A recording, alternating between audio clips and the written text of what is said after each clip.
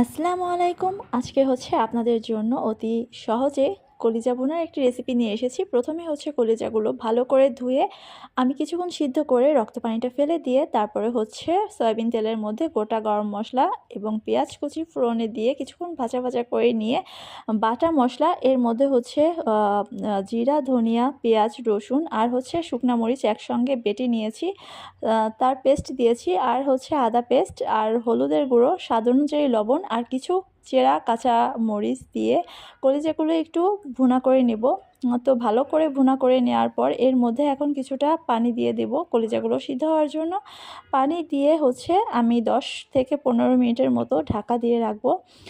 তো ঢাকনা দিয়ে কিছুক্ষণ ঢেকে রান্না করার পর আস্তে আস্তে যখন দেখবেন তেল বেরিয়ে আসছে, ঠিক সেই মুহূর্তে গরম মশলা গুঁড়ো আর হচ্ছে পাঁচফোড়ন গুঁড়ো দিয়ে কলিজাটা আমি একটা প্লেটে সার্ভ করে নেব। দেখুন কি লোভনীয় লাগছে। ধন্যবাদ সবাইকে।